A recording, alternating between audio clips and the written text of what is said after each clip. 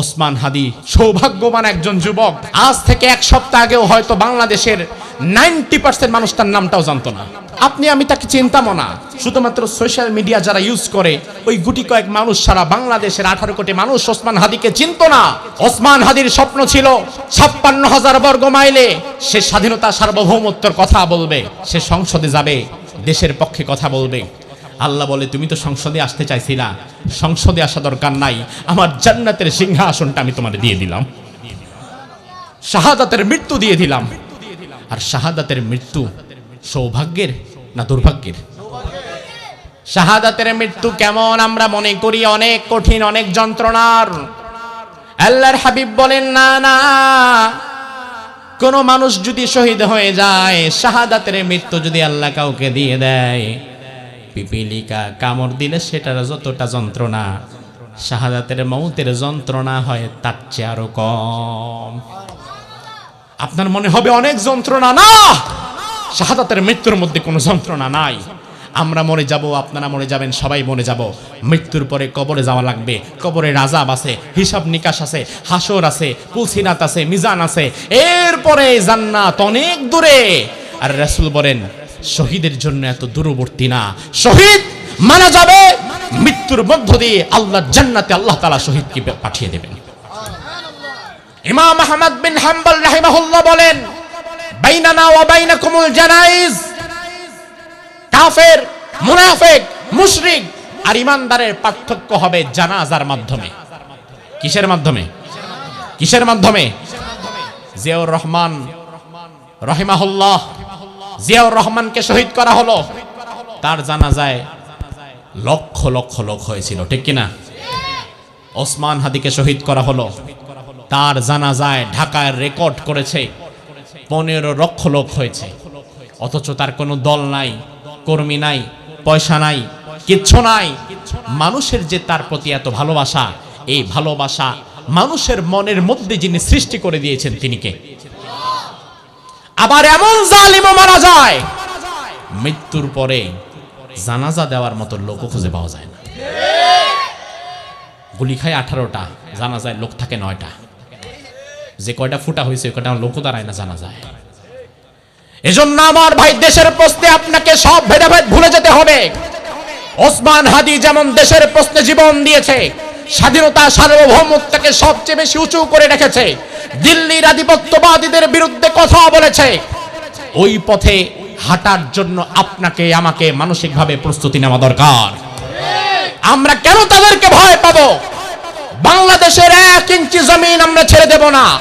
দেশের প্রশ্নে থাকতে গিয়ে, স্বাধীনতার প্রশ্নে থাকতে গিয়ে, বাংলাদেশের পক্ষে থাকতে গিয়ে দিল্লির আধিপত্যবাদীদের বিরুদ্ধে অবস্থান নেওয়ার কারণে শহীদ জিয়াউর রহমানের মতো যদি আমাদেরকে শাহাদাত বরণ করতে হয়, বাংলাদেশের পক্ষে দিল্লির আধিপত্যবাদীদের বিরুদ্ধে অবস্থান নিতে গিয়ে আল্লামা সাঈদীর মতো যদি জীবন দিতে হয়, আবরার ফাহাদের মতো যদি জীবন দিতে হয়, ওসমান হাদির মতো যদি গুলি খাওয়া লাগে, গুলি খেতে হবে, শহীদ হতে হবে, বাংলাদেশের 1 ইঞ্চি জমিন আমরা ছেড়ে দেব না, ছেড়ে দেব না, ছেড়ে দেব না।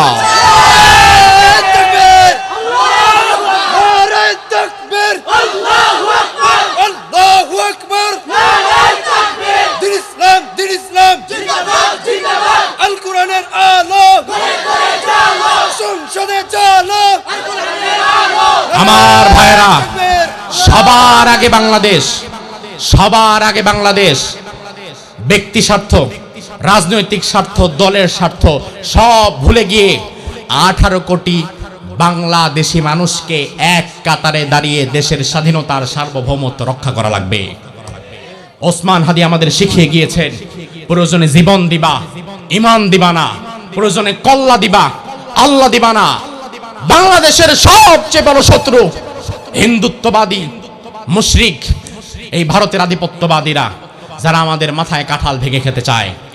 বাংলাদেশকে যেহেতু আমরা হৃদয় লালন করি, ধারণ করি, আমরা 18 কোটি মানুষ, জাতি, ধর্ম, বর্ণ নির্বিশেষে সকলে যদি এক কাতারে দাঁড়িয়ে যেতে পারি, তাহলে আমার বিশ্বাস এই দেশ ও জাতির ক্ষতি করবে এমন শক্তি গোটা পৃথিবীর কারো নাই। আর যদি আমরা নিজেরা ভাগ হয়ে যাই, রাজনৈতিকভাবে তুমি এক দল, আমি এক দল, তুমি স্বাধীনতার পক্ষ শক্তি, তুমি বিপক্ষ শক্তি, আর তুমি নিরপেক্ষ শক্তি। এভাবে যদি এই জাতির মধ্যে আমরা ভেদাভেদ সৃষ্টি করে দেই, তাইলে আমাদের ভেদাভেদের সুযোগ নিয়ে মুশরিকরা আমাদের ভেতরে ঢুকে নতুনভাবে ষড়যন্ত্র করার সুযোগ পাবে। আর আমরা যদি এক হয়ে যাই, আমরা এক হয়ে গেলে বিশ্বের কোনো পরাশক্তি আমাদের ওপরে দাঁড়াতে পারবে না। দুনিয়াতে একদল মানুষ থাকবে যারা একবার ঈমান আনবে, আবার এমন কিছু কাজ করবে যে কাজের দ্বারা ঈমানটা ভেঙে যায়, আবার ঈমান ভাঙবে, আবার ঈমান আনবে, আবার ঈমান ভাঙবে। এমন ভাঙা গড়ার মধ্যখানে দোদুল্যমান থাকবে। তার মানে আল্লাহর কথা থেকে এতটুকু তো বুঝতে পারলাম, আমাদের কারোরই ঈমানের নিশ্চয়তা নাই।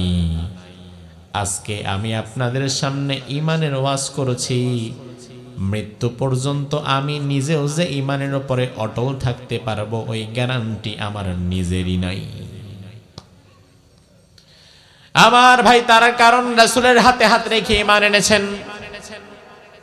এরপরে কিছুদিন পরে শয়তানের ধোকায় পড়ে আবার কুফর করেছেন।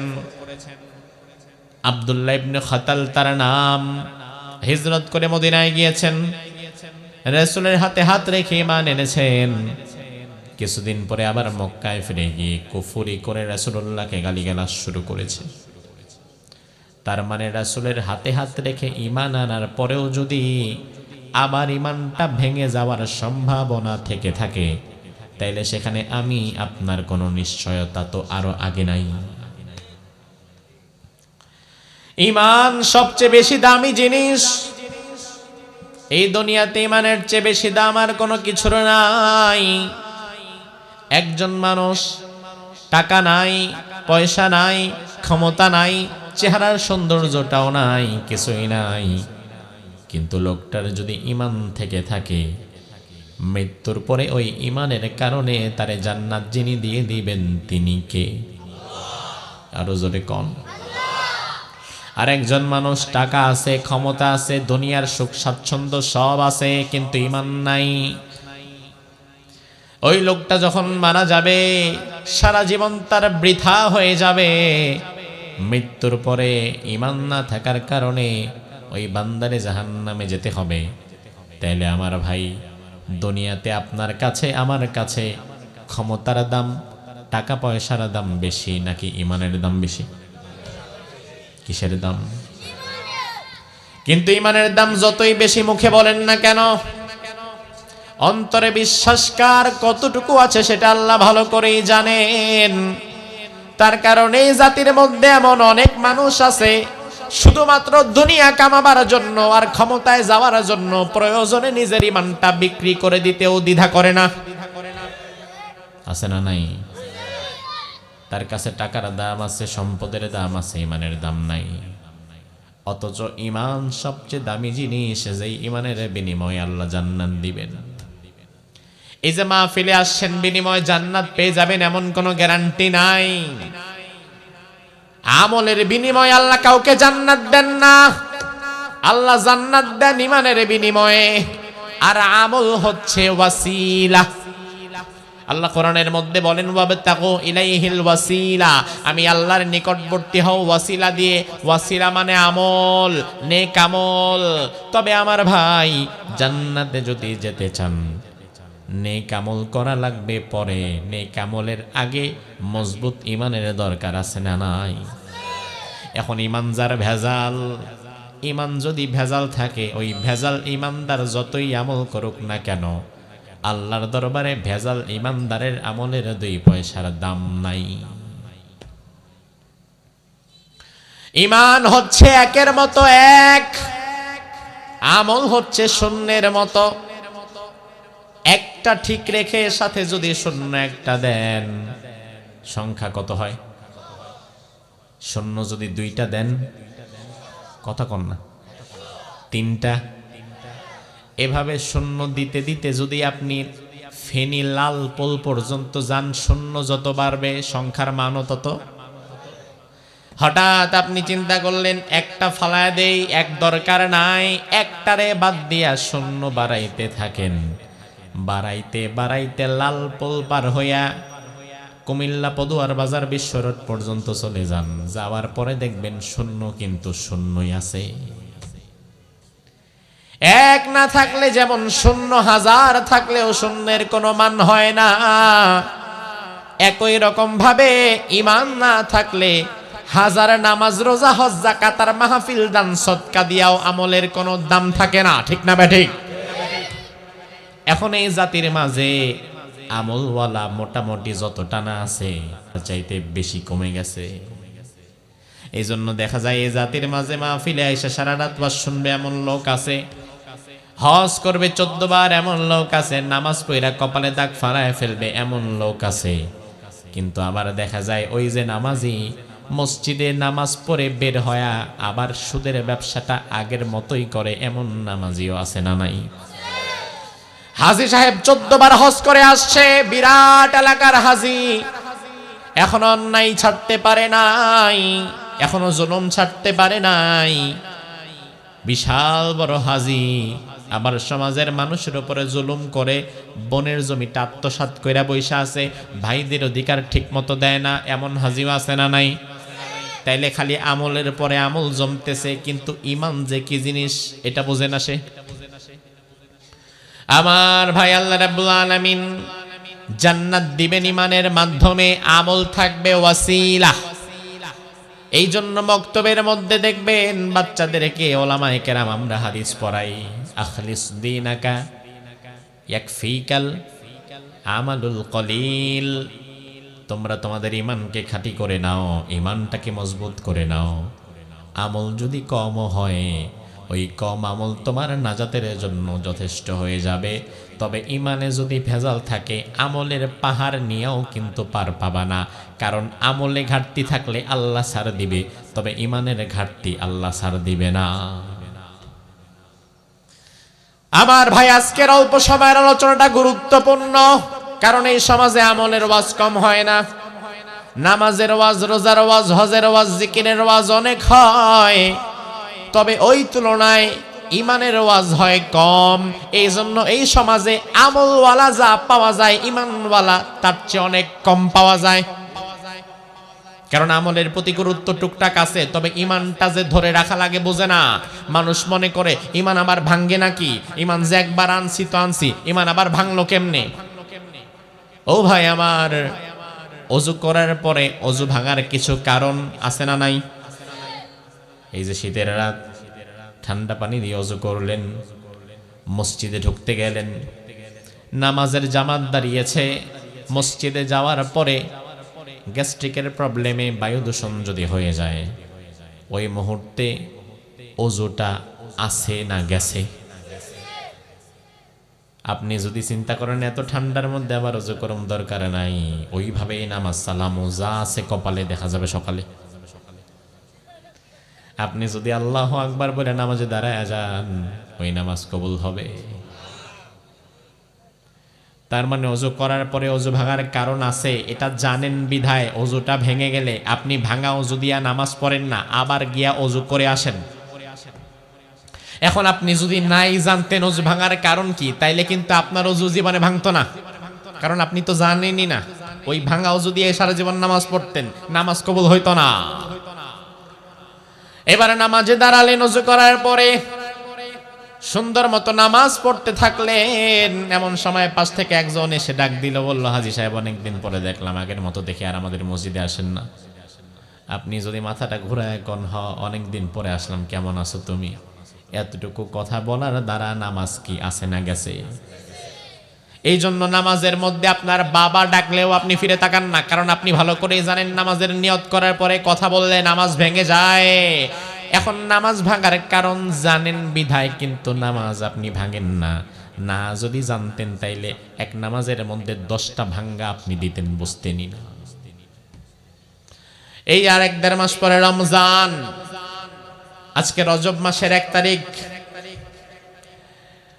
রমজান চলে আসছে, 2 মাস আর সর্বসাকুল্যে বাকি। এই রমজানে দুপুর বেলায় ঘরের মধ্যে কেউ নাই, একটা জগ পানি রাখা আছে। আপনি যদি 1 জগ পানি খেয়ে ফেলেন, 1 ঢোক পানিও যদি খেয়ে ফেলেন, কেউ দেখবে না। কিন্তু আপনি খান না এইটা কারণে, কারণ আপনি জানেন পানি খাইলে আমার রোজাটা ভেঙে যাবে। আমার ভাই তাইলে লক্ষ্য করেন, অজু করার পরে অজু ভাঙার যেমন কারণ আছে, নামাজে দাঁড়াবার পরে নামাজ ভাঙার যেমন কারণ আছে, রোজার নিয়ত করার পরে রোজা ভাঙার যেমন কারণ আছে, একইভাবে ঈমান আনার পরে ঈমান ভাঙারও কিছু কারণ আছে না নাই? দুর্ভাগ্যজনক বিষয় হচ্ছে এই জাতি রোজা ভাঙার কারণ জানে, নামাজ ভাঙার কারণ জানে, অজু ভাঙার কারণ জানে, তবে ঈমান ভাঙার কারণটাই জানে না। এই জন্য এক একজন এক এক ঘাটের পানি খায়া ঈমান ভাঙ্গা বৈশা থাকে, তার খবরও থাকে না। আমল নষ্ট হওয়ার চাইতে ঈমান নষ্ট হওয়া আরো বেশি বিপজ্জনক। কারণ শয়তান আমাদের আমল নষ্ট করার চাইতে ঈমান নষ্ট করার প্রতি জোর দেয় বেশি। আমল নষ্ট হয়েছে তো কি হয়েছে, ফজরের নামাজ হয়তো কালকে পড়তে পারেন নাই, আপনি যদি ঘুম ভাঙার পরে কাজা পরে আল্লাহর দরবারে তওবা করে কাঁদেন, আয় আল্লাহ ভুল হয়ে গিয়েছে, ফজর পড়তে পারি নাই, আর জীবনে ফজর কাজা করব না, আয় আল্লাহ তুমি মেহেরবান, তুমি আমারে মাফ করে দাও, আমি তওবা করে তোমার পথে ফিরে আসলাম। আপনি যদি তওবা করতে পারেন, আপনার গুনাহগুলো মাফ করে দেওয়ার ক্ষমতা আল্লাহর আছে না নাই? কিন্তু আপনি যদি ঈমানটা ভেঙে ফেলেন, ঈমান ভাঙার পরে আপনি তো জানেনও না, টেরও পান নাই কোন কাজের দ্বারা ঈমান ভেঙে যায়। এই জন্যই ভাঙা ঈমান দিয়ে সারা জীবন নামাজ পড়লেন, হজ দিলেন, রোজা করলেন, যাকাত দিলেন, লাভ নাই। তার কারণ যার ঈমান থাকে না, তার কোন আমলের দাম আল্লাহর কাছে থাকে না। দেন আমার ভাই, এ যাবত আলোচনা যদি বুঝে থাকেন তাহলে জবাব দেন, ঈমানের গুরুত্ব কম না বেশি? জোরে কোন। আবার ঈমান ভাঙারও কিছু কারণ আছে না নাই? ঈমান নষ্ট হয়ে যাওয়ার কিছু কারণ আছে না নাই? ঈমান যেহেতু সবচেয়ে দামি জিনিস, সবচেয়ে দামি জিনিসের যত্ন করা লাগে বেশি, কারণ যেই জিনিস যত দামি, ওই জিনিস যদি তত যত্নে না রাখা যায়, ওই জিনিস হারানোর সম্ভাবনাও থাকে তত বেশি। এই যে মাহফিলে এসে বসে আছেন, জুতা তো সবাই আনছেন, এইবার মাহফিল থেকে আবার যখন বাড়ির দিকে যাবেন, বাড়িতে যাওয়ার পরে আপনার 150 টাকার জুতা দুইটা ঘরের মধ্যে না ঢুকায়া আপনি কিন্তু ঘরের বাহিরে দরজার সামনে রেখে যাবেন। কিন্তু আপনার হাতে যে একটা মোবাইল ফোন আছে, এই মোবাইল ফোনটা দরজার বাইরে আপনি রাখেন না, তার কারণ মোবাইল ফোনটার দাম আপনার কাছে জুতার চেয়ে বেশি। এজন্য জুতা রাখেন দরজার বাইরে, আর মোবাইলটা নিয়ে যান দরজার ভেতরে। যদি আপনার বাড়িতে 2, 4, 5 ভরি স্বর্ণ অলংকার থাকে, গোল্ড থাকে, জুয়েলারি থাকে, অর্নামেন্টস থাকে, তাইলে জুয়েলারি, অর্নামেন্টস, গোল্ড এটা রাখেন আরো ভেতরে, সিন্দুকের ভেতরে তালা মেরে, যেটা আপনি আর আপনার বেগম ছাড়া বাকি ঘরের অনেকেও জানে না কোথায় রাখছেন। তার মানে কি ভাই, তার মানে যেই জিনিসের দাম যত বেশি, ওই জিনিসের হেফাজত করা লাগে তত বেশি, নাইলে চুরি হওয়ার সম্ভাবনা থাকে বেশি। আমাদের জীবনে যেহেতু ঈমানের দাম সবচেয়ে বেশি, যে ঈমানের দাম সবচাইতে বেশি, ওই ঈমানের যত্ন করার দরকার আছে না নাই? ঈমান যদি যত্ন না করেন, ঈমান শেষ হয়ে যাবে, হারিয়ে যাবে। এজন্য আল্লাহর হাবিব হাদিসের মধ্যে বললেন, ইন্না বাইনা ইয়াদাই সাতি ফিতানান কাকিতাইল লাইলিল মুযলিম ইউসবিহুর রাজুলু ফিহা মুমিনান ওয়া ইউমসি কাফিরা। এমন এক জামানা আসবে, ওই জামানায় সকাল বেলায় ঈমানদার থাকবে, সন্ধ্যা বেলায় আবার বেঈমান হয়ে যাবে। সন্ধ্যাবেলায় ঈমানদার থাকবে তো সকাল বেলায় আবার বেঈমান হয়ে যাবে। মানুষজন দুনিয়ার লোভে পড়ে দুনিয়ার স্বার্থের কাছে তার ঈমানটা বিক্রি করে দেবে। জবাব দিবেন, এমন জামানা কি ভবিষ্যতে আসবে নাকি চলছে? জবাব আপনারাই দিয়েছেন ভাই। বিশ্বনবী ১৫০০ বছর আগে বলে গিয়েছেন এমন জামানা আসবে যখন মানুষ ইমানটা ধরে রাখতে পারবে না, ক্ষণে ক্ষণে ইমান বিক্রি করে দিবে, দুনিয়ার স্বার্থের কাছে ইমান বিক্রি করে দিবে, ক্ষমতায় যাওয়ার জন্য ইমান বিক্রি করে দিবে, হারাম খাওয়ার জন্য ইমান বিক্রি করে দিবে। ওই জামানা কিন্তু ১০০ বছর পরে আসবে না, ওই জামানাটাই বর্তমান চলমান। আর আমরা কিন্তু ওই জামানার মধ্যে বসবাস করছি। তাইলে একটু চেক করে দেখা দরকার আমার ইমানটা ঠিক আছে তো। আমার ভাই, আমি আপনাদের সামনে ইমান ভাঙার সংক্ষিপ্ত আকারে ৩টি কারণ বলবো, যে ৩টা কারণের দ্বারা ইমান ভেঙে যায়। এই ৩টি কারণ আপনি যদি দেখেন কোনো একভাবে আপনার দ্বারা সংঘটিত হয়েছে, তাইলে বুঝে নিবেন আপনার ইমানটাও ভেঙে গেছে। আর আপনি যদি দেখেন আল্লাহ এই ৩টি কারণের কোনো একটা আমি করে ফেলেছি, আমার ইমানটা ভেঙে গেছে, আমার ইমানটা নষ্ট হয়ে গেছে, আজকে এই মুহূর্তে বসে তওবা করে আবার নতুন ইমান আনার একটা সুযোগ আছে না নাই? বিশ্বনবী বলেন জাদ্দিদু ঈমানাকুম, তোমরা তোমাদের ঈমানকে নবায়ন করো, নবায়ন। এমন না যে ঈমান আনছো মৃত্যু পর্যন্ত আর ভাঙবে না, এমন গ্যারান্টি কারো নাই। বনি ইসরাইলের সবচেয়ে বড় একজন আল্লাহর ওলি ছিল। বনি ইসরাইলে তার উপরে আর কোনো ওলি আল্লাহ ছিল না। ওই আল্লাহর ওলির নাম ছিল বালআম ইবনে বাউর। কি নাম? বালআম। জোরে বলেন কি নাম? কোরআনে কারিমে আল্লাহ তাআলা তার বিষয়ে আয়াত নাযিল করেছেন। রব্বুল আলামিন বলেন ওয়াতলু আলাইহিম নাবাআল্লাযী আতাইনাহু আয়াতিনা ফানসালাখা মিনহা ফাআতবাহুশ শাইতান ফাকানা মিনাল গাওয়িন। ও নবী, আপনি দুনিয়ার মানুষরে জানায়া দেন, ওই ব্যক্তির ঘটনা জানায়া দেন। আমার ভাই, কোরআন কিন্তু গল্প কাহিনী আর ইতিহাসের কিতাব নয়। কোরআন হচ্ছে উপদেশের কিতাব, শিক্ষার কিতাব। আল্লাহ যদি কোনো ঘটনা আমাদেরকে জানাতে চায়, তাইলে বোঝা লাগবে ওই ঘটনার মধ্যে আমাদের জন্য শিক্ষা আছে না নাই? শিক্ষা আছে। এই কথা বলেন না জানো বাচ্চা। আল্লাহ রাব্বুল আলামিন বলেন নবী আপনি জানায়া দেন, বনি ইসরাইলে এমন একজন আবেদ ইবাদতকারী বান্দা ছিল, তার নাম ছিল বালআম। জোরে কোন কি নাম? এত বেশি ইবাদত করেছে, আল্লাহ তাআলা তার ইবাদতে খুশি হয়ে পুরো বনি ইসরাইলের মাঝে ওই ব্যক্তিকে মুস্তাজাবুদ দাওয়ার একটা সুপার পাওয়ার দিয়ে দিয়েছিলেন। মুস্তাজাবুদ দাওয়া মানে বোঝেন কি? এমন ব্যক্তি, যে ব্যক্তি শুধু আল্লাহর দরবারে হাত তুলতে দেরি, ওই হাতের দোয়া কবুল করতে আল্লাহ দেরি করে না। শুধু যদি বলে আল্লাহ এখন বৃষ্টি লাগবে, হাতটা নামানোর আগে আকাশ থেকে ঝমঝম বৃষ্টি পড়া শুরু করে দেবে। কোন পর্যায়ের আল্লাহর ওলি হলে পরে যা বলে আল্লাহ তাআলা ইনস্ট্যান্ট সেটাই কবুল করে ফেলে। মুস্তাজাবুদ দাওয়া।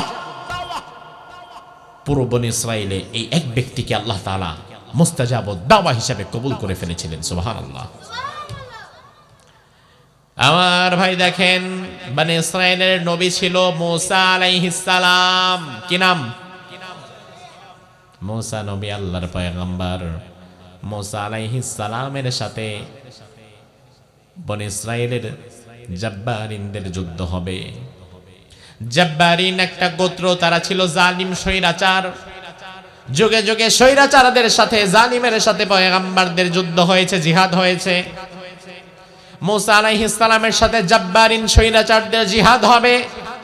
জাব্বারিনের লোকেরা চিন্তা করে দেখলো, আমাদের অস্ত্র শস্ত্র দিয়া মূসার সাথে আমরা যুদ্ধ করে পারবো না, কারণ আমাদের হাতে অস্ত্র শস্ত্র যা থাকার তা আছে, কিন্তু মূসার সাথে যিনি আছে তিনি কে? আরো জোরে কোন? আর আল্লাহ যার সাথে আছে, অস্ত্র শস্ত্র যদি তার কিছু কমও থাকে, তার কোনো ভয়, কারণ আল্লাহর সাহায্যের চাইতে বড় আর কোনো সাহায্য থাকতে পারে? এজন্য আমাদের ভয়ের কি আছে? আমাদের ভয়ের কোনো কারণ নাই। হয়তো পার্শ্ববর্তী মুশরিকদের দেশ, তাদের থেকে আমাদের অস্ত্র শস্ত্র কম, জনবল কম, সংখ্যায় আমরা কম, কিন্তু এই মুশরিক দাদা বাবুদের দেশকে আমরা কোনোদিন ভয় করব না। কারণ আমরা ইমানদার যারা, তারা সিজদা দেই একমাত্র কাকে? ভয় করি কাকে? আমাদের সাথে আছে কে? আর আল্লাহ যার সাথে আছে, মাল্লাহুল মাওলা ফালাহুল কুল, আল্লাহ যার সাথে আছে গোটা দুনিয়াটা আল্লাহ তার সাথে দিয়ে দেয়। মুসা আলাইহিস সালামের সাথে জাব্বারিনদের যুদ্ধ হবে। জাব্বারিনরা চিন্তা করলো মুসার সাথে এভাবে লড়াই করে পারা যাবে না, অন্য কোনো ফন্দি ফিকির করা লাগবে। কি করা যায়? আচ্ছা, বালামের কাছে গেলে কেমন হয়? বালাম না মুস্তাজাবুদ দাওয়া, আল্লাহ যা বলে আল্লাহ তাই কবুল করে, বালামের কাছে যাই। এই চিন্তা থেকে জাব্বারিনের লোকেরা গভীর রাতে উট বোঝাই করে স্বর্ণ মুদ্রা হীরা জহরত নিয়ে বালামের বাড়িতে গেছে। গিয়ে বলে, দেখেন হুজুর, একটা গুরুত্বপূর্ণ দরকারে আসছে। কি দরকার? দরকারটা হচ্ছে একটু বদ্ধ করা লাগবে। কার বিরুদ্ধে বদ্ধ করবে? বলে, হুজুর নামটা পরে বলবো, আগে বলেন করবেন। আরে বাবা, করবা না করা পরের বিষয়, আগে নামটা বলো, কার বিরুদ্ধে বদ্ধ করবে? জাব্বারিনের লোকেরা বলল, বনে ইসরাইলের নবী মূসার বিরুদ্ধে বদ্ধ করা লাগবে। নাউজুবিল্লাহ কইবেন না? আচ্ছা, মূসা কি সাধারণ মানুষ নাকি নবী? নবীর বিরুদ্ধে বদ্ধ করবে আল্লাহর কাছে। বালাম বলল, আস্তাগফিরুল্লাহ, অসম্ভব। মূসা আল্লাহর পয়গম্বর, তার বিরুদ্ধে বদ্ধ করার মতো কোনো সাহস আমার নাই। জাব্বারিনের লোকেরা বলল, হুজুর আমরা জানি আপনি সহজে কথা বলবেন না, শুকনা কথায় চিরা ভেজবে না, এটাও আমরা জানি। চিরা ভেজানোর জন্য কি দরকার সেটাও আমরা নিয়ে আসছি। আমরা খালি হাতে আসি নাই। ওই যে বাহিরে তাকায় দেখেন, একটা উট দাঁড় করানো, ওই উটের পিঠে এত পরিমাণ স্বর্ণ মুদ্রা দেয়া আছে। ওই স্বর্ণ মুদ্রা দিয়ে আপনার সারা জীবন আপনি খাইতে পারবেন। এবার বালাম চিন্তা করলো, আসলেই তো এত বেশি সম্পদ তো আমি আমার জীবনে পাবো না। বলল, হুজুর চিন্তা না করে খালি একটু বদদুয়া করেন, যেন আল্লাহ মূসার উপরে গজব ফালায় মূসারে ধ্বংস করে দেয়, আর আমরা জাব্বারিনের দল আমরা যেন বিজয় হয়ে যাই। একটু দোয়া করেন, বাকি সব আপনার। আমার ভাই, দুনিয়ার লোভে টাকার কাছে বিক্রি হইয়া জালিমের জন্য দোয়া করে এমন লোক আমাদের সমাজে এখন আছে না নাই? নির্বাচনের সময় দেখবেন কত হুজুর যে কত জালিমের জন্য দোয়া করা শুরু করে দেয়। জাতটার জন্য দোয়া করা যাবে না। আমি যদি জানি লোকটা খারাপ, আমি যদি জানি লোকটা হারামখোর, আমি যদি জানি লোকটা সুদখোর, আমি যদি জানি লোকটা জালিম, আমি যদি জানি তার দ্বারা সমাজের মানুষের ক্ষতি হয়, ওই মানুষের জন্য দোয়া করা আমার জন্য হারাম হয়ে যায়। ঠিক কি না? যার তার জন্য টাকা খায় দোয়া করো না ভাই। এই যে দেখো, যার তার জন্য দোয়া করলে বালামের অবস্থা কি হয়। বালাম চিন্তা করলো, এত বেশি টাকা পয়সা তো আমি পাবো না, একবার দোয়াটা করেই ফেলি। হাত তুলে দিয়েছে আরশের দিকে, হাত তুলে এবার আল্লাহরে বলে, আল্লাহ মূসাকে তুমি গজব এতটুকু বলেছে, বাকিটা বলতেও পারে নাই। মূসাকে তুমি গজব দাও, দাওটা বলতেও পারে নাই। তার আগেই জিহবাটারে যিনি আটকে দিয়েছেন তিনি কে? জবান বন্ধ করার ক্ষমতা আছে কার? আল্লাহ রাব্বুল আলামিন জবান লক করে ফেলেছে, আর কথা আসে না। এবার আল্লাহ ফেরেশতাকে বলে, ও ফেরেশতা যাও, বালামের জিহবাটা টেনে টেনে টেনে টেনে নাভি পর্যন্ত ঝুলায় দাও। আমার ভাই, বাজারে ডানে বামে কিছু প্রাণী দেখা যায় সারাদিন জিহ্বাটা বের করে হাঁপায়। কোন প্রাণী? হ্যাঁ, কুকুর। সারাদিন কাজ নাই কাম নাই, দেড় হাত জিহ্বা বের করে হাঁপাইতে থাকবো।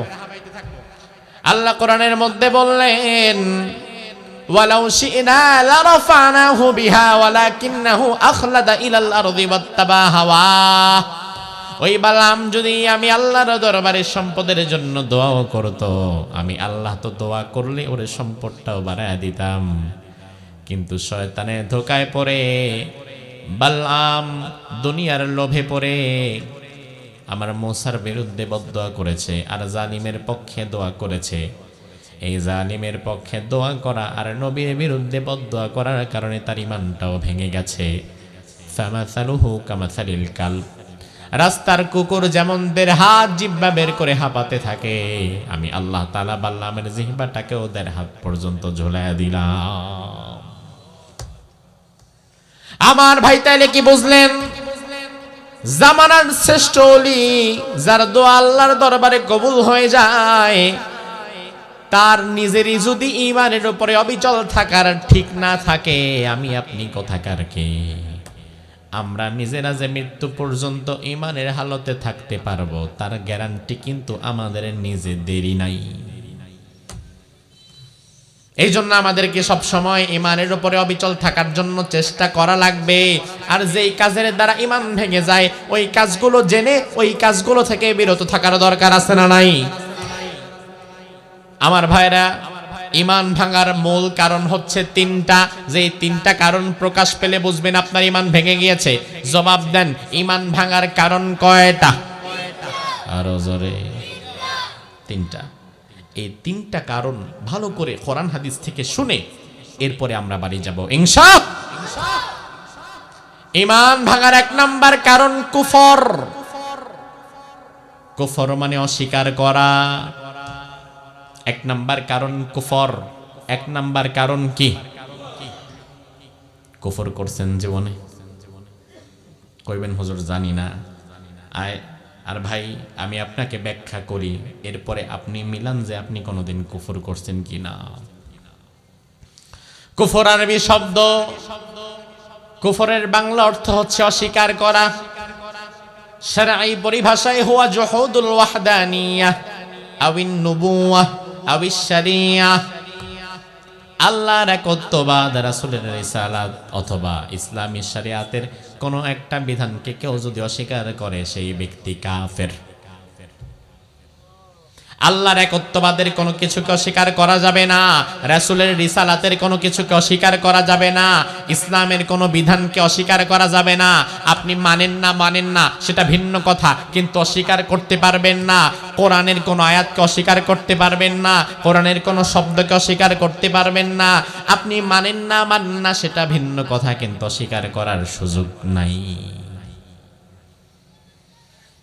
আমার ভাইয়েরা ভালো করে বোঝেন, কোরআনে সুদ খাওয়া যাবে না এমন আয়াত আছে না নাই? কথা কন না। এখন আমাদের সমাজে কি সুদ খায় এমন লোক নাই? তাহলে যারা সুদ খায় তাদেরকে তো আমরা কাফের বলি না। কোরআনের আয়াত আছে কিন্তু সে আয়াতের বিপরীত আমল করতেছে, তবুও তাকে আমরা কাফের বলি না, সে হচ্ছে ফাসেক, পাপাচারী। কিন্তু কোনো মানুষ যদি বলে কোরআনে সুদের কোনো আয়াত নাই, আল্লাহ সুদ হালাল হারাম করেন নাই, সুদ আমাদের জন্য হালাল, এই কথা বলা মানে কিন্তু কোরআনের সুদের আয়াতকে অস্বীকার করা। আর অস্বীকার যে করে সে সুদ না খাইলেও অস্বীকার করার দ্বারা সে কাফের। না মানলে কাফের না মানলে হয় ফাসেক, আর অস্বীকার করলে হয় কাফের। আমাদের সমাজে এবার আমি আপনাকে উদাহরণ দিয়ে বোঝাই, কাফের যে কত মানুষ কুফরি করে নিজেও জানে না কেমনি কুফরি করে। শয়তান আমাদের সবচেয়ে বড় শত্রু। এমন কথা বলাবে যে কথার দ্বারা ঈমান শেষ, এমন চিন্তা মাথায় ঢুকাবে যে চিন্তার দ্বারা ঈমান শেষ, এমন কাজ আমার দ্বারা করাবে যে কাজের দ্বারা ঈমান শেষ। আমাদের বাংলাদেশে একটা সম্প্রদায় আছে, ওই সম্প্রদায়ের নাম হচ্ছে কাদিয়ানী সম্প্রদায়। নাম শুনছেন জীবনে? কাদিয়ানীরা অস্বীকার করে কি? হ্যাঁ, কাদিয়ানীরা ইসলামের সবই মানে, কোরআন মানে, হাদিস মানে, দাড়ি মানে, টুপি মানে, লম্বা জামা মানে, পাঞ্জাবি মানে, জুব্বা মানে, হজ মানে, জাকাত মানে, রোজা মানে, নামাজ মানে। আমাদের যেমন নামাজ কাদিয়ানীদের তেমন নামাজ, আমাদের যেমন মসজিদ কাদিয়ানীদের তেমন মসজিদ।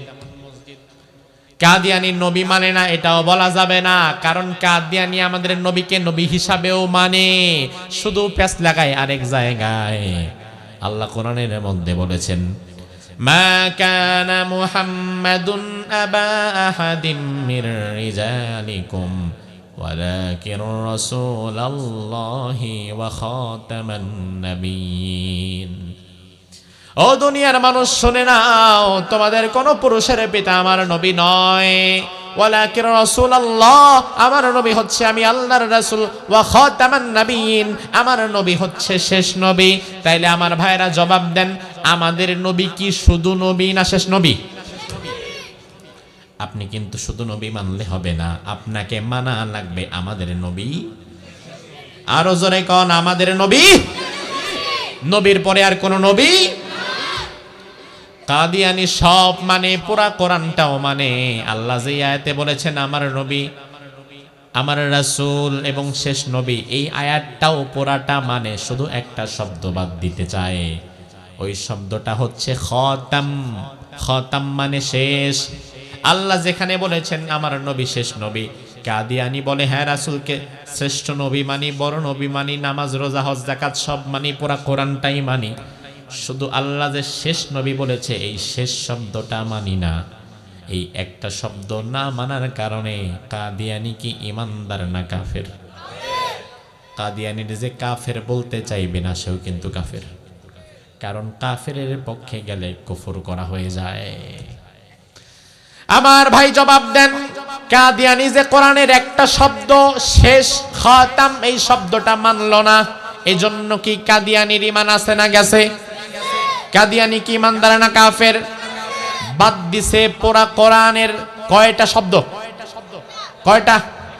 একটা পারা, একটা আয়াত, একটা পৃষ্ঠা না, মাত্র একটা শব্দ বাদ দিছে। 30 পারা কোরআনের একটা শব্দ বাদ দেওয়ার কারণে আমরা সবাই একমত, কাদিয়ানি কাফের হয়ে গেছে, ঠিক না বেঠিক? এবার আমার ভাই, আপনি কুফর করেন না, আপনি কি বাদ দেন না? আপনি হয়তো কোনো একটা রাজনৈতিক দল করেন, ওই রাজনৈতিক সমাবেশে আপনার দলের নেতা ভাষণ দিচ্ছে, ভাইরা আমার, আমাদের জন্য কাজ করা লাগবে, জনগণের পাশে থাকা লাগবে, কোনো সমস্যা নাই, সব কথা ঠিক আছে। কিন্তু আপনার নেতা কিন্তু বক্তব্যের শেষ পর্যায়ে হঠাৎ বলে উঠল, সকল ক্ষমতার মালিক জনগণ, জনগণের সাথে থাকা লাগবে, জনগণ চাইলে আমরা সরকার গঠন করব। কথার প্রেক্ষিতে আপনার নেতা যে বলল সকল ক্ষমতার উৎস জনগণ, এই কথাটা পরিপূর্ণ কোরআনের আয়াত বিরোধী কথা হয়ে গেছে। কাদিয়ানিরে কাফের বইলা গালি দিয়া তোমার লাভ কি? তোমার ঈমান কোন পর্যায়ে তুমি আগে এটা চেক করো। কথাগুলো অন্যভাবে নিবেন না, তার কারণে জাতির মাঝে দুনিয়ার জন্য কত মানুষ যে ঈমান হারায় তার ঠিক নাই। রাজনীতি করতে গিয়ে ঈমান হারায় ফেলে, দুনিয়ার লোভটা কি ঈমান হারা হয়ে যায়, দুনিয়ার পয়সা পাতি কামানোর জন্য ঈমান হারায় ফেলে। এখন আমার ওয়াজ দিয়ে আপনার মানা লাগবে, বাধ্যতামূলক না, তবে আমার বলাটা বাধ্যতামূলক। আমার দায়িত্ব বলা, মানার না মানার ব্যাপারটা আপনার, মানলেও আপনার না মানলেও আপনার। বিশ্বনবীর আল্লাহ বললেন নবী, আপনার দায়িত্ব শুধু প্রচার করে জানায়া দেন, কে মানলো আর কে মানলো না ওটা দেখার দায়িত্ব আপনার না। ইন্নামা আলাইকাল বালাগ ওয়া আলাইনাল হিসাব। আপনি খালি বলেন কোনটা শিরিক, কোনটা কুফর, কোনটা বিদআত, কোনটা ঠিক আর কোনটা ব্যাঠিক, আপনি শুধু একবার বলে দেন, বাস। বলার দায়িত্ব আপনার, আর হিসাব নেওয়ার দায়িত্ব কার? জোরে কোন। তো আমার দায়িত্ব শুধু বলার, হিসাব দেওয়ার মালিক তো আল্লাহ। হিসাব নিবেন আপনার কাছ থেকে আপনার রব। আপনার নেতা যে বলল সকল ক্ষমতার উৎস জনগণ, অথচ কোরআনের মধ্যে আল্লাহ বললেন আন্নাল কুওয়াতা লিল্লাহি জামিআ, সমুদয় ক্ষমতার মালিক আমি আল্লাহ। সূরা মুলকের শুরুতে আল্লাহ বললেন তাবারাকাল্লাযী বিয়াদিহিল মুলক ওয়া হুয়া আলা কুল্লি শাইইন কাদির। সমহান সেই সত্তা যার হাতে সকল ক্ষমতা। তাইলে আমার ভাইরা জবাব দেন, সকল ক্ষমতা জনগণের হাতে না আল্লাহর হাতে? সকল ক্ষমতার মালিককে, উৎসকে? তাইলে আপনার নেতা যে বলল উৎস জনগণ, কাদিয়ানি যদি কোরআনে কারীমের মাত্র একটা শব্দ বাদ দেওয়ার কারণে কাফের হয়ে যায়, তাইলে যেই নেতা মঞ্চে দাঁড়ায়া ক্ষমতার উৎস জনগণ বলবে, কোরআনে কারীমের 2-3টা আয়াতকে অস্বীকার করে ফেলবে, ওই নেতার ঈমানটা থাকে কেমনে? কাদিয়ানি বাদ দিছে একটা শব্দ, তোমার নেতা বাদ দিছে 2-3টা আয়াত। রাজনীতি করেন কোনো সমস্যা নাই, মিছিল করেন, মিটিং করেন, সমস্যা নাই। তবে আমার ভাই, আপনি যদি দেখেন আমার দল, আমার নেতা এমন কোন কথা বলেছে যেই কথা ইসলামের সাথে যায় না, কোরআনের সাথে যায় না, রাসূলের আদর্শের সাথে যায় না, ওই মুহূর্তে রাজনীতি, সমাজনীতি সব বাদ দিয়া কোরআনের কাছেই আপনাকে আবার ফিরে আসা লাগবে। তার কারণ মরে যাবেন, এই মুহূর্তে আপনি মরে যান, ওয়াল্লাহি কোরআন আমার সামনে, আল্লাহর কসম, এই মুহূর্তে মরে যান, আগামীকাল এই মুহূর্ত পর্যন্ত আপনার লাশটাও জমিনে আর থাকবে না, দাফন হয়ে যাবেন। বেঁচে আছেন যতক্ষণ আপনার দলের প্রয়োজন আপনাকে ততক্ষণ, মরে গেছেন দলের আর প্রয়োজন নাই, আপনার পরিবারেরও আর আপনাকে প্রয়োজন নাই, আপনার দিকে কেউ ফিরেও তাকাবে না। অন্ধকার কবরে শুধুমাত্র আপনার জন্য থাকবে ঈমান। যেই ঈমানটা আমার অন্ধকার কবরে আমার সাথী হবে, ওই ঈমানটা নষ্ট করব, এত বোকা তো আমি না। এই জন্য দুনিয়াতে প্রয়োজনে পরিবারের বিরুদ্ধে যাব, সমাজের বিরুদ্ধে যাব, দলের বিরুদ্ধে যাব, তবে এমন কথা, এমন কাজ করব না যে কাজের দ্বারা আমার ঈমান ভেঙে যায়, ঠিক কি না? ঈমান ভাঙার 1 নাম্বার কারণ বললাম কুফর, অস্বীকার। 1 নাম্বার কারণ কি?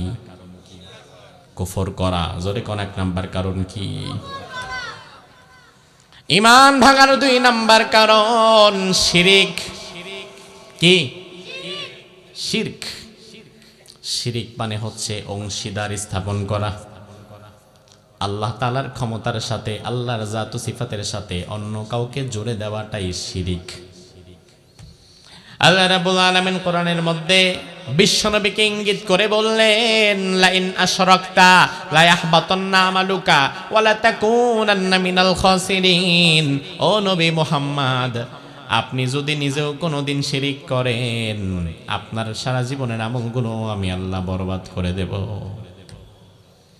আমার ভাই, নবীর দ্বারা জীবনে শিরিক হওয়ার কোনো সম্ভাবনা আছে? আল্লাহ তাআলা নবীরে বললেন কেন? আল্লাহ মূলত নবীরে বলেন নাই, নবীরে বলার মাধ্যমে উম্মতরে বোঝায় দিছে। আল্লাহ রাব্বুল আলামিন আরেক আয়াতের মধ্যে বললেন, ইন্নাহু মাইয়ুশরিক বিল্লাহি ফাকাদ হারামাল্লাহু আলাইহিল জান্নাতা ওয়া মাআওয়াহুন নার। নিশ্চয়ই কেউ যদি শিরিক করে, হারামাল্লাহু আলাইহিল জান্নাহ, জান্নাত আমি তার জন্য হারাম করে দেই, ওয়া মাআওয়াহুন নার, জাহান্নাম আমি তার স্থায়ী নিবাস বানায়া দেই। আমার ভাই, জান্নাত দেওয়ার মালিক কে? ওই মালিক যদি নিজেই কারো উপরে জান্নাত হারাম করে দেয়, বোঝা লাগবে দুনিয়ার কোনো পীর বাবা, কোনো খাজা বাবাও তারে জান্নাতে নিতে পারবে না। আল্লাহর আয়াতের মধ্যে বললেন, ওয়া মাই ইউশরিক বিল্লাহ ফাকান্নামা খাররা মিনাস সামা। কেউ যদি শিরিক করে, আসমান থেকে পড়ার মতো অবস্থা হয়ে যায়। আমরা কেন শিরিকের বিরুদ্ধে বলি? কেন আমরা আপনাদেরকে শিরিকের বিরুদ্ধে সচেতন করি? কেন আমরা আপনাদেরকে শিরিক থেকে বাঁচাতে চাই? ভাই আমার, 10 তলার ছাদে উঠেছে এক ব্যক্তি, ধরেন ওই ব্যক্তি পাগল, ওই ব্যক্তি নিজের ভালো বোঝে না, 10 তলার ছাদ থেকে লাফ দিবে, পরে মরে যাবে, এতটুকু জ্ঞানও তার হয় নাই। আপনার সামনে যদি 10 তলার ছাদ থেকে কোনো পাগলও লাফ দিয়ে পড়ে যেতে চায়, আপনি যদি নিজে সুস্থ থাকেন, আপনার সামনে পাগলটা লাফ দিবে, এটা কি আপনি দাঁড়ায় দাঁড়ায় দেখবেন? কথা হয় না। আপনি কি করবেন? পাগলরে ধরবেন, আটকাবেন, বাঁচাবেন। আরে পাগল হয়েছে তো কি হয়েছে, সেও তো মানুষ। আল্লাহ বললেন, কেউ যদি শিরিক করে সে আসমান থেকে পড়ে যায়। এই জন্য শিরিক থেকে বাঁচাবার দায়িত্ব আমাদের আছে না নাই? আল্লাহ রাব্বুল আলামিন বলেন, ওয়া মান ইউশরিক বিল্লাহ, কেউ যদি শিরিক করে আমি আল্লাহ তাআলা তাকে ক্ষমা করব না। ইন্নাল্লাহা লা ইয়াগফিরু আন ইউশরাকা বিহি ওয়া ইয়াগফিরু মা দুনা যালিকা লিমান ইয়াশা। শিরিকের গুনাহ কেউ যদি করে আমি আল্লাহ তারে ক্ষমা করব না। আর শিরিকের গুনাহ ব্যতীত যত গুনাহ আমলনামায় আছে আমি আল্লাহ যদি চাই ওই গুনাহগুলো ক্ষমা করে তারে জান্নাত দিয়ে দেব। আরো জোরে কোন।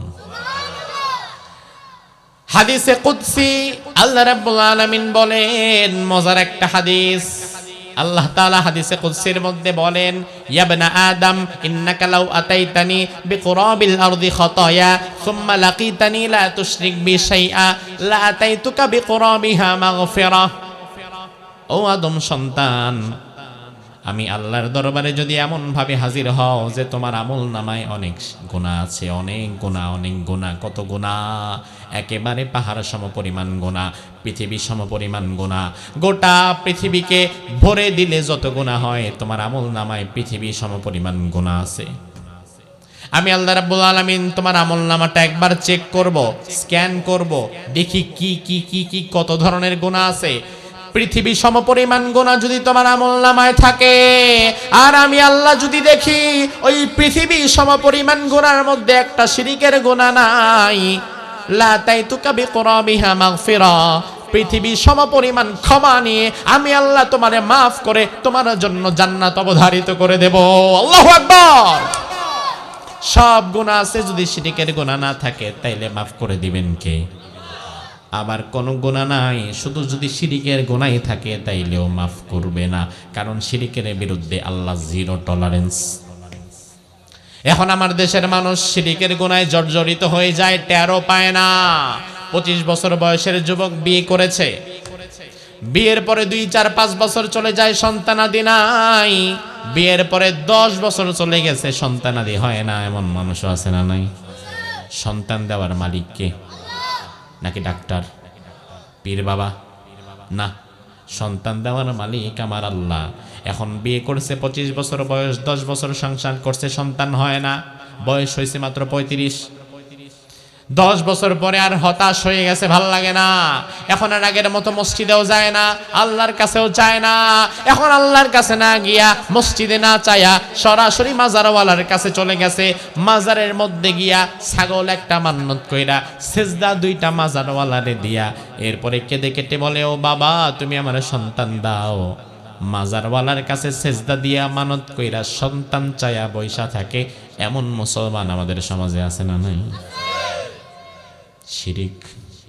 কারণ দুনিয়ার কোনো মাজারওয়ালা সন্তান দিতে পারে না, সন্তান দেওয়ার মালিক যিনি তিনি কে?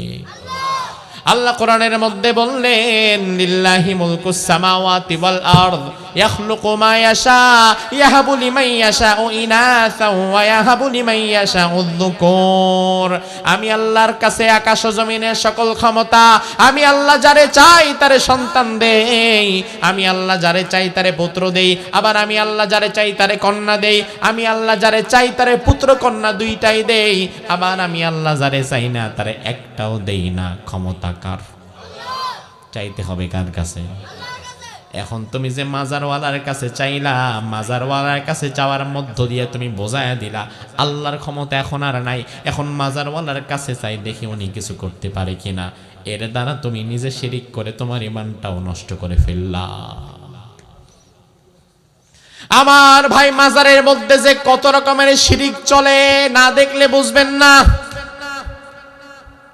আমি গত 2 দিন আগে ছিলাম দক্ষিণের একটা জেলা, নাম শরীয়তপুর। নাম শুনছেন? শোনেন নাই?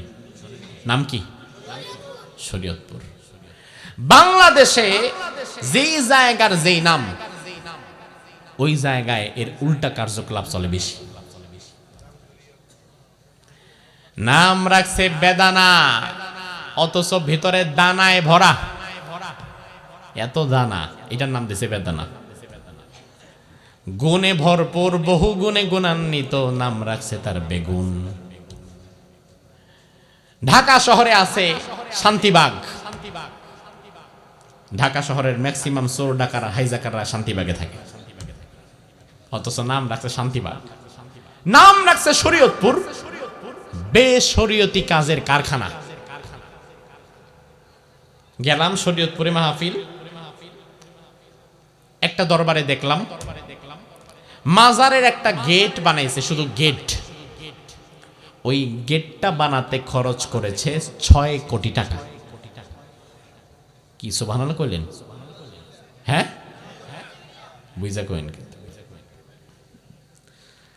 অথচ ওই মাজারের পাশে কত অসহায় মানুষ না খেয়ে পড়ে আছে, হাত পেতে দাঁড়ায় আছে, প্লেট নিয়ে বসে আছে, অসুস্থ মুরব্বী, কাশতে কাশতে ঔষধ কেনার টাকা নাই, এমনও আছে না?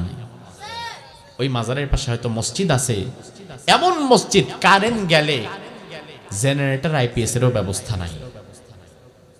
অথচ মাজারের একটা গেট বানাইছে 6 কোটি টাকা দিয়ে। বহুত সবের কাজ হয়েছে, তাই না? এরপরে গেলাম আরেক দরবার, নাম সুরেশ্বর। নাম শুনছেন না? সুরেশ্বর গেলাম। আমি জীবনে কোনোদিন যাই নাই, দেখতে গেছি, কারণ না দেখলে আমি বলবোটা কি আপনাদের কাছে। দেখতে গেলাম, দেখলাম চতুর্দিকে মাজার, বাপের মাজার, দাদার মাজার, ছেলের মাজার, ঘোরায় ঘোরায় কবর। মানুষ আসতেছে, সমানে সেজদা দিচ্ছে, একবার ডানে, একবার বামে, একবার সামনে, একবার পেছনে, সেজদা আর সেজদা। অবাক করা বিষয়। অথচ আমার ভাই, সেজদা পাওয়ার একমাত্র হকদার কে? দুনিয়ার কোন মানুষকে সেজদা করা যায়? একজনকে জিজ্ঞেস করলাম, ভাই রে সেজদা করলা কেন? সেজদা তো করবে একমাত্র আল্লাহকে। কোরআনে আল্লাহ বললেন, ফাসজুদু লিল্লাহি রাব্বিল আলামিন, আকাশ ও জমিনের রব আল্লাহরে সেজদা দাও। বান্দা যখন সেজদা দেয় তখন আল্লাহর মাঝে আর বান্দার মাঝে কোনো পর্দা আল্লাহ রাখে না। এই জন্য সেজদাকে আল্লাহ তাআলা বড় বেশি ভালোবাসে। আমরা সেজদা দেই কাকে? সে আমারে বলে, হুজুর এটা তো নামাজের সেজদা না। আমি বললাম, কিসের সেজদা তাইলে? কয় এটা তাজিমি সেজদা, এটা সম্মানের সেজদা। এই সেজদা দেওয়া ইসলামে জায়েজ। আমি বললাম, এটা যদি জায়েজ হয় তাহলে সাহাবায়ে কেরাম সবচাইতে বেশি রাসূলকে সেজদা দিতেন। কথা কি ঠিক কিনা?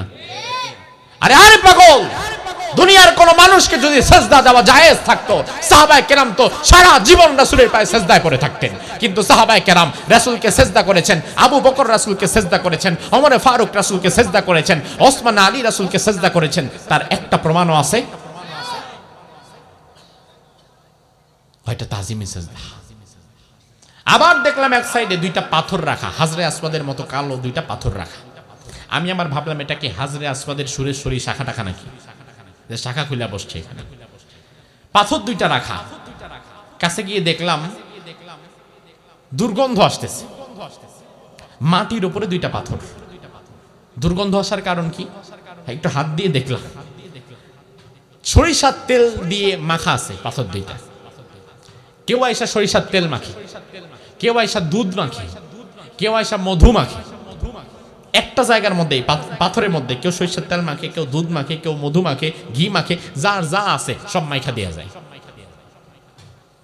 আবার দেখলাম একটু পরে আরেকজন আইসা দান বাক্সের মধ্যে টাকা দিয়ে এই দুর্গন্ধযুক্ত পাথরটারে চাটতেছে।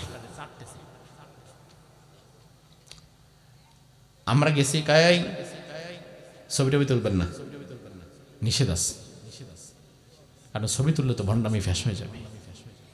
এই দুর্গন্ধর পাথরটা চাটতেছে। সেখানে দেখলাম একটা নেম প্লেটে লিখা, যেই পাথরটা আমাদের পীর দয়াল বাবা কেবলা কাবা সে কোন এক পাহাড় থেকে পকেটে করে নিয়ে আসছিল। এই পাথরটা আনার সময় পাথরটা ছিল ছোট, এটা যত দিন যাচ্ছে এটা বড় হচ্ছে, আরো যত দিন যাবে এটা বড় হবে।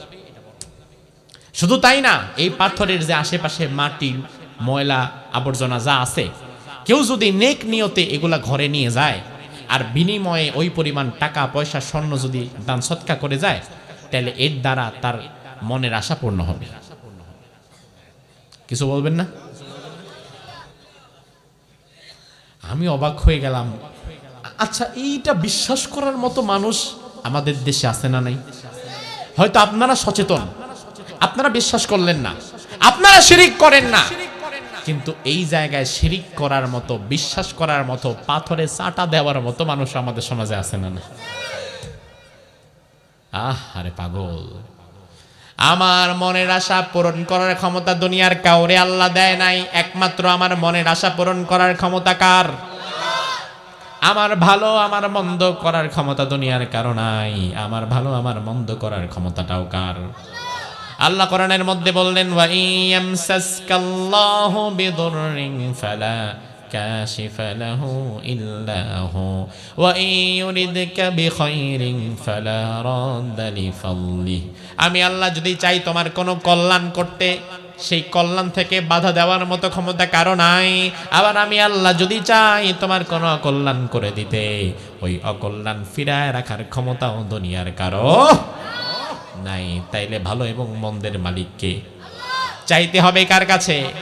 এখন আল্লাহর কাছে না চেয়ে যারা পীরের দরবারে গিয়ে মাথা ঠোকায়, তারা ইমানদার নাকি কাফের? আমার ভাই সময় কম, এই জন্য শিরিক বিষয় আর বিস্তারিত বললাম না। ইমান ভাঙার কারণ বলবো, বলেছিলাম তিনটা। কয়টা বলছি? কয়টা? হ্যাঁ, 1 নাম্বার কুফর, 1 নাম্বার, 2 নাম্বার শিরিক, 3 নাম্বার ইমান ভাঙার কারণ হচ্ছে নিফাক। ইমান ভাঙার কারণ কি? নিফাক মানে হচ্ছে দোমুখ নীতি অবলম্বন করা। এই নিফাক একটা ভাইরাস, একটা রোগ, আর এই রোগে আক্রান্ত ব্যক্তি যে, তাকে বলা হয় মুনাফিক। কি বলা হয়? মুনাফিক। আমাদের সমাজে আল্লাহ বাঁচাইছে, এক মুখে 2 কথা বলে, ভেতরে এক বাহিরে আরেক, এমন মুনাফিকের সংখ্যা নাই। হ্যাঁ, বেশি আসেনি।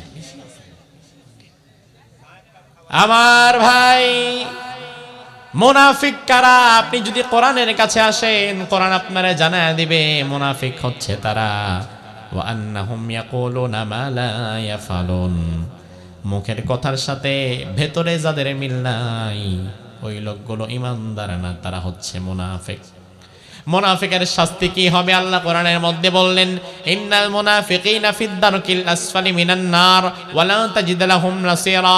নিশ্চয়ই মুনাফিকদেরকে আল্লাহ তাআলা জাহান্নামের সবচাইতে তলদেশে রাখবেন, এত তলে আল্লাহ তাআলার কাউকে রাখবেন না। আল্লাহর আয়াতের মধ্যে বললেন, ইন্নাল্লাহা জামিউল মুনাফিকিন ওয়াল কাফিরিনা ফি জাহান্নামা জামিআ। আল্লাহ তাআলা জাহান্নামের মধ্যে মুনাফিক এবং কাফেরদেরকে একত্রিত করবেন, তবে সিরিয়ালে কাফেরের আগে মুনাফিককে ঢালবেন। তাইলে মুনাফিকের উপরে আল্লাহর রাগ কম না বেশি? তার কারণ ইসলামের জন্য মুনাফিকের ক্ষতি কাফেরের চাইতেও কম না বেশি? মুনাফিক হচ্ছে ইসলামের ঘরের দুশমন, ঘরের শত্রু বিভীষণ। আমার সবচেয়ে বেশি ক্ষতি করতে পারবে যে, আমার সবচেয়ে কাছাকাছি থাকে যে। বাহিরের মানুষ এসে আমার ক্ষতি করে দেওয়া কঠিন, তবে আমার পাশে যে ঘুমায়, আমার স্ত্রী, আমার সন্তান, সে যদি চায় আমার ক্ষতি করার মতো, তার কাছে কোনো ব্যাপারই না। এই মুনাফিক কারা হবে? আল্লাহ বললেন, ওয়া ইযা লাকুল্লাযীনা আমানু ক্বালু আমান্না ওয়া ইযা খালাউ ইলা শায়াতিনহিম ক্বালু ইন্না মাকুম ইন্নামা নাহনু মুস্তাহজিউন। এই মুনাফিক হবে তারা যারা ঈমানদারদের সাথেও মিশবে, আবার বেঈমানদের সাথেও মিশবে। যারা মাহফিলের মঞ্চে এসে বড় বড় ভাষণ দিয়া বলবে, ইসলাম ধরে রাখা লাগবে, আপনাদের কি ইসলামের সাথে থাকা লাগবে, নামাজ ঠিক মতো পড়া লাগবে, ইসলামের বড় বড় কথা বলবে। 2 দিন পরে এলাকায় গানের কনসার্ট হইলে ওই লোক আবার গানের কনসার্টে গিয়া বলবে, বাঙালি ঐতিহ্যটাও ধরে রাখা লাগবে। এমন নেতা আছে না নাই? আগের দিন মাহফিলে, পরের দিন গানের কনসার্টে। এবার নেতা বলবে, হুজুর আপনি কি আর ভোটের রাজনীতি করেন? আপনি কি বুঝেন? মাহফিলে আমাদের যেমন ভোট আছে, আবার গানের কনসার্টেও ভোট আছে, আমাদের তো যাওয়া লাগে। আমি আপনারে বিনয়ের সাথে বলবো, ভাই, যে রাজনীতি করার দ্বারা আমার ইমানটা ভেঙে যাবে, যে রাজনীতি করার জন্য আমার মুনাফিক হওয়া লাগবে, ওই রাজনীতি বাদ দিয়া পানের দোকানদারি করে খাওয়া ভালো। হ্যাঁ, আপনি যদি রাজনীতি করেন, আপনি যদি নেতা হন, আপনি যদি ধনাঢ্য ব্যক্তি হন, আপনাকে আল্লাহ কোরআনের মাহফিলে কবুল করেছেন সম্মানের জায়গায়।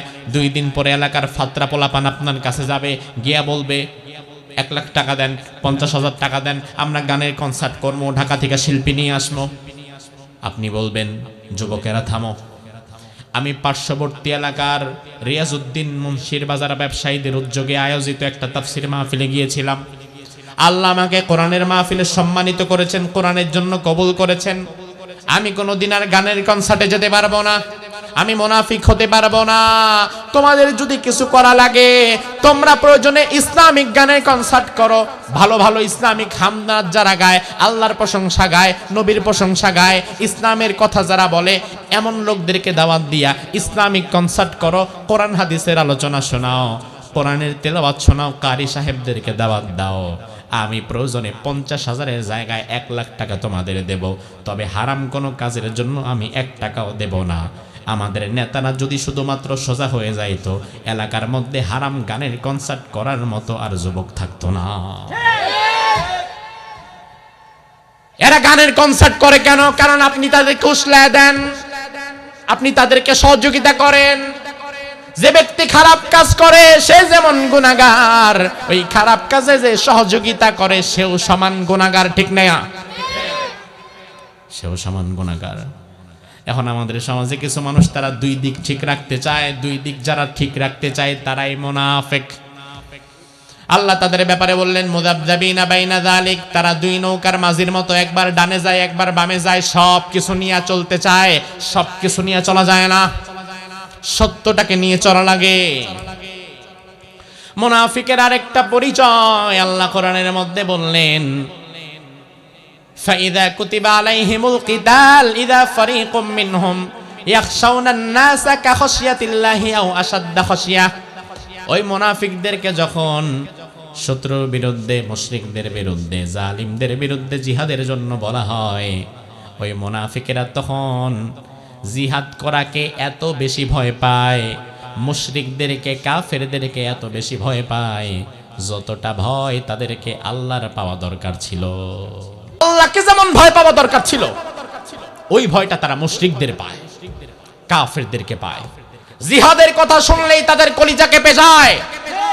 আমার ভাই, আল্লাহর দ্বীনের জন্য, মাতৃভূমি রক্ষার্থে, নিজের দেশের শান্তি আর সার্বভৌমত্ব হেফাজতের লক্ষ্যে যদি কাফের মুশরিকদের বিরুদ্ধে জিহাদ করা লাগে, ওই জিহাদ করার মানসিকতা থাকার দরকার আমাদের আছে না নাই? সাহাবায়ে কেরাম দ্বীনের জন্য লড়াই করেছেন। বিশ্বনবী হাদিসের মধ্যে বলে গিয়েছেন, কেউ যদি নিজের সার্বভৌমত্ব, স্বাধীনতা আর ভূখণ্ড রক্ষার জন্য জিহাদ করে, আল্লাহ সুবহানাহু ওয়া তাআলা শাহাদাতের মর্যাদা তাকে দান করে দিবেন। আমাদের এক ভাই, তরুণ যুবক, বিপ্লবী ওসমান হাদি বাংলাদেশের স্বাধীনতার সার্বভৌমত্বের পক্ষে কথা বলতে বলতে জীবন দিয়েছেন। পার্শ্ববর্তী দেশ মুশরিকদের বিরুদ্ধে, ভারতের আধিপত্যবাদের বিরুদ্ধে বজ্রকণ্ঠে কথা বলতে বলতে শহীদ হয়ে গিয়েছেন। এতে কি তার খুব ক্ষতি হয়ে গেছে? ক্ষতি হয়েছে না। এদেশে দেশের পক্ষে যারা কথা বলে আর হিন্দুত্ববাদীদের আধিপত্যের বিরুদ্ধে যারাই কথা বলে, হিন্দুত্ববাদী অপশক্তি তাদেরকে বেশি দিন টিকতে দেয় না, সে যেই দলেরই হোক না কেন। স্বাধীনতার পর সর্বপ্রথম হিন্দুত্ববাদীদের বিরুদ্ধে এবং দেশের স্বাধীনতা সার্বভৌমত্বের লক্ষ্যে সবচেয়ে বেশি ভূমিকা পালন করেছেন শহীদ প্রেসিডেন্ট জিয়াউর রহমান। আমরা আল্লাহর দরবারে দোয়া করি, আল্লাহ সুবহানাহু ওয়া তাআলা মরহুম জিয়াউর রহমানের কবরটাকে জান্নাতের বাগান বানিয়ে দিক, বলি আমিন। তার বক্তব্যগুলো শুনে দেখবেন, সে হিন্দুস্তানকে বৃদ্ধাঙ্গুলি দিয়েও গুনত না, বুকের পাটা ছিল, দেশের প্রশ্নে কাউকে ছাড় দিত না। অল্প কিছুদিন সময় পেয়েছিলেন, বাংলাদেশের জন্য কাজ করে গিয়েছেন। আজ এত বছর হয়ে গেল, তার মতো যোগ্য একজন শাসক আমরা হারালাম। ওসমান হাদি তার এক বক্তৃতায় বলল, আমি শুনে অবাক হলাম। ওসমান হাদি বলল, আমি আমার রাজনৈতিক আদর্শের জায়গায় জিয়াউর রহমানকে রেখেছি। দেশের জন্য তার যে ভালোবাসা, তার যে ত্যাগ, এটা দেখে দেখে আমি বড় হয়েছি। প্রেসিডেন্ট জিয়াউর রহমানকে শহীদ করা হলো, ওসমান হাদিকেও গুলি করে শহীদ করা হলো। কিন্তু লাভ কি হলো? জালিম এবং মুজলুমের মধ্যে পার্থক্য হচ্ছে। ইমাম আহমদ বিন হাম্বল রাহিমাহুল্লাহ বলেন, বাইনানা ওয়া বাইনাকুমুল জানাইজ। কাফের, মুনাফিক, মুশরিক আর ইমানদারের পার্থক্য হবে জানাজার মাধ্যমে। কিসের মাধ্যমে? কিসের মাধ্যমে? জিয়াউর রহমান রাহিমাহুল্লাহ, জিয়াউর রহমানকে শহীদ করা হলো, তার জানাজায় লক্ষ লক্ষ লোক হয়েছিল, ঠিক কিনা? ওসমান হাদিকে শহীদ করা হলো, তার জানাজায় ঢাকায় রেকর্ড করেছে 15 লক্ষ লোক হয়েছে। অথচ তার কোনো দল নাই, কর্মী নাই, পয়সা নাই, কিচ্ছু নাই। মানুষের যে তার প্রতি এত ভালোবাসা, এই ভালোবাসা মানুষের মনের মধ্যে যিনি সৃষ্টি করে দিয়েছেন তিনি কে? আবার এমন জালিমও মারা যায়, মৃত্যুর পরে জানাজা দেওয়ার মতো লোকও খুঁজে পাওয়া যায় না। গুলি খায় 18টা, জানাজায় লোক থাকে 9টা। যে কয়টা ফুটা হয়েছে ওই কয়টা লোকও দাঁড়ায় না জানাজায়। এজন্য আমার ভাই, দেশের প্রশ্নে আপনাকে সব ভেদাভেদ ভুলে যেতে হবে। ওসমান হাদি যেমন দেশের প্রশ্নে জীবন দিয়েছে, স্বাধীনতা সার্বভৌমত্বকে সবচেয়ে বেশি উঁচু করে রেখেছে, দিল্লির আধিপত্যবাদীদের বিরুদ্ধে কথা বলেছে, ওই পথে হাঁটার জন্য আপনাকে আমাকে মানসিকভাবে প্রস্তুতি নেওয়া দরকার। আমরা কেন তাদেরকে ভয় পাবো? বাংলাদেশের 1 ইঞ্চি জমিন আমরা ছেড়ে দেব না। দেশের প্রশ্নে থাকতে গিয়ে, স্বাধীনতার প্রশ্নে থাকতে গিয়ে, বাংলাদেশের পক্ষে থাকতে গিয়ে দিল্লির আধিপত্যবাদীদের বিরুদ্ধে অবস্থান নেওয়ার কারণে শহীদ জিয়াউর রহমানের মতো যদি আমাদেরকে শাহাদাত বরণ করতে হয়, বাংলাদেশের পক্ষে দিল্লির আধিপত্যবাদীদের বিরুদ্ধে অবস্থান নিতে গিয়ে আল্লামা সাইদির মতো যদি জীবন দিতে হয়, আবরার ফাহাদের মতো যদি জীবন দিতে হয়, ওসমান হাদির মতো যদি গুলি খাওয়া লাগে, গুলি খেতে হবে, শহীদ হতে হবে, বাংলাদেশের 1 ইঞ্চি জমিন আমরা ছেড়ে দেব না, ছেড়ে দেব না, ছেড়ে দেব না।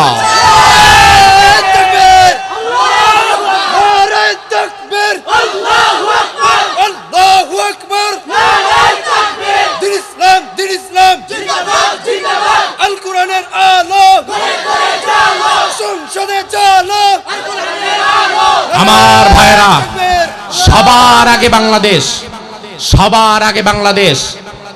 ব্যক্তি স্বার্থ, রাজনৈতিক স্বার্থ, দলের স্বার্থ সব ভুলে গিয়ে 18 কোটি বাংলাদেশি মানুষকে এক কাতারে দাঁড়িয়ে দেশের স্বাধীনতার সার্বভৌমত্ব রক্ষা করা লাগবে। ওসমান হাদি আমাদের শিখিয়ে গিয়েছেন, প্রয়োজনে জীবন দিবা, ঈমান দিবা না, প্রয়োজনে কল্লা দিবা, আল্লাহ দিবা না। বাংলাদেশের সবচেয়ে বড় শত্রু হিন্দুত্ববাদী, মুশরিক, এই ভারতের আধিপত্যবাদীরা, যারা আমাদের মাথায় কাঁঠাল ভেঙে খেতে চায়। বাংলাদেশকে যেহেতু আমরা হৃদয় লালন করি, ধারণ করি, আমরা 18 কোটি মানুষ, জাতি, ধর্ম, বর্ণ নির্বিশেষে সকলে যদি এক কাতারে দাঁড়িয়ে যেতে পারি, তাহলে আমার বিশ্বাস এই দেশ ও জাতির ক্ষতি করবে এমন শক্তিকতা পৃথিবীর কারো নাই। আর যদি আমরা নিজেরা ভাগ হয়ে যাই, রাজনৈতিকভাবে তুমি এক দল, আমি এক দল, তুমি স্বাধীনতার পক্ষ শক্তি, তুমি বিপক্ষ শক্তি, আর তুমি নিরপেক্ষ শক্তি, এভাবে যদি এই জাতির মধ্যে আমরা ভেদাভেদ সৃষ্টি করে দেই, তাইলে আমাদের ভেদাভেদের সুযোগ নিয়ে মুশরিকরা আমাদের ভেতরে ঢুকে নতুনভাবে ষড়যন্ত্র করার সুযোগ পাবে। আর আমরা যদি এক হয়ে যাই, আমরা এক হয়ে গেলে বিশ্বের কোনো পরাশক্তি আমাদের ওপরে দাঁড়াতে পারবে না। ওসমান হাদি সৌভাগ্যবান একজন যুবক। আজ থেকে 1 সপ্তাহ আগেও হয়তো বাংলাদেশের 90% মানুষ তার নামটাও জানতো না, ঠিক কিনা? আপনি আমি তাকে চিনতামও না। শুধুমাত্র সোশ্যাল মিডিয়া যারা ইউজ করে, ওই গুটি কয়েক মানুষ সারা বাংলাদেশের 18 কোটি মানুষ ওসমান হাদিকে চিনতো না। ওসমান হাদির স্বপ্ন ছিল 56,000 বর্গ মাইলে সে স্বাধীনতা সার্বভৌমত্বের কথা বলবে, সে সংসদে যাবে, দেশের পক্ষে কথা বলবে। আল্লাহ বলে, তুমি তো সংসদে আসতে চাইছিলা, সংসদে আসা দরকার নাই, আমার জান্নাতের সিংহাসনটা আমি তোমার দিয়ে দিলাম, শাহাদাতের মৃত্যু দিয়ে দিলাম। আর শাহাদাতের মৃত্যু সৌভাগ্যের না দুর্ভাগ্যের? শাহাদাতের মৃত্যু কেমন আমরা মনে করি অনেক কঠিন, অনেক যন্ত্রণার। আল্লাহর হাবিব বলেন, না না, কোন মানুষ যদি শহীদ হয়ে যায়, শাহাদাতের মৃত্যু যদি আল্লাহ কাউকে দিয়ে দেয়, পিপিলিকা কামড় দিলে সেটার যতটা যন্ত্রণা, শাহাদাতের মৌতের যন্ত্রণা হয় তার চেয়ে আরো কম। আপনার মনে হবে অনেক যন্ত্রণা, না, শাহাদাতের মৃত্যুর মধ্যে কোনো যন্ত্রণা নাই। আমরা মরে যাব, আপনারা মরে যাবেন, সবাই মরে যাব। মৃত্যুর পরে কবরে যাওয়া লাগবে। কবরে আযাব আছে, হিসাব নিকাশ আছে, হাসর আছে, পুলসিরাত আছে, মিজান আছে, এরপরে জান্নাত অনেক দূরে। আর রাসূল বলেন শহীদের জন্য এত দূরবর্তী না, শহীদ মারা যাবে, মৃত্যুর মধ্য দিয়ে আল্লাহর জান্নাতে আল্লাহ তাআলা শহীদকে পাঠিয়ে দেবেন।